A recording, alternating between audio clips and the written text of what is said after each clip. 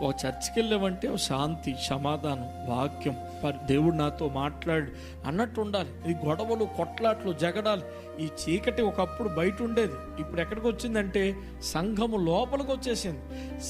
లోకం ఒకప్పుడు బయట ఉండేది, ఇప్పుడు ఎక్కడికి వచ్చిందంటే సంఘములో ఈ డ్యాన్సులు, డిస్కో డ్యాన్సులు. నెక్స్ట్ ట్రెండింగ్ ఏమిటంటే ఎంత బాగా డ్యాన్స్ చేస్తే అంత పరిశుద్ధాత్మను పొందుకున్నట్టు. ఏంటి డ్యాన్స్ వేయండి, డ్యాన్స్ వేయండి, డాన్స్ డాన్స్ డాన్స్ అయ్యండి, వేయండి డాన్స్ అయ్యండి, డాన్స్.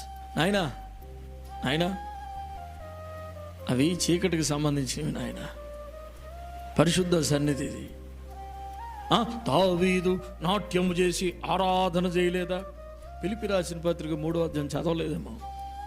పౌలు గారు ఏమంటారు తెలుసా? శరీరమును ఆస్పదము చేసుకొనక ఆత్మను అనుసరించే ఆరాధన చేసే కొత్త నిబంధన సంఘం. చప్పట్లు కొడుతుంది దేవునికి స్తోత్రం. ఆరాధన అంటే పిచ్చి పిచ్చి డ్యాన్సులు కాదు, పిచ్చి పిచ్చి డ్యాన్సులు కాదు, పైటి సంగులు ఇట్ట ఊపేది కాదు. సభ్యత, సంస్కారం. మగపిల్లలు ఉంటారు, ఆడపిల్లలు ఉంటారు. నిన్ను చూసిన వాళ్ళు అందరూ కూడా ఆశ్చర్యపోయే విధంగా ఆరాధన చేయాలి, కానీ పిచ్చి పిచ్చిగా చేయకూడదు. శరీరాన్ని బట్టి ఆరాధన చేయకూడదు. ఆత్మతో, సత్యముతో. అది ఆత్మ ఉండాలి, మరో పక్కమో సత్యము తప్పించి. ఆత్మ అంటే ఎగరడం కాదు, పరిశుద్ధాత్మను పొందుకున్నవాడిని, పరిశుద్ధాత్మ అభిషేకం కలిగిన వాడిని, పరిశుద్ధాత్మ కోసం బోధించేవాడి. నేను ఎప్పుడైనా డ్యాన్స్ వేయడం మీరు చూసారా? పద్ధతి తెలుసు, బైబిల్ తెలుసు, అంతేగాని ప్రజలకు ఏది నచ్చుతుందో అదే చేసేటువంటి, ప్రజలకు ఏది ట్రెండింగో, ప్రస్తుతం ఏది ట్రెండింగో, ఒకడు కొయ్యి అంటే వీడు ముయ్యి అంటాడు. హల్లెలూయా. అదే చేసేయడమే.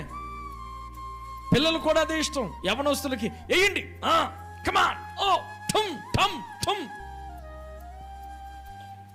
ఆ లోకంలో స్టెప్లను వేయండి వేయండి. ఈ ముసలోళ్ళకి ఏం తెలియదు, ఓల్డ్ అంతా, మాదంతా న్యూ జనరేషన్.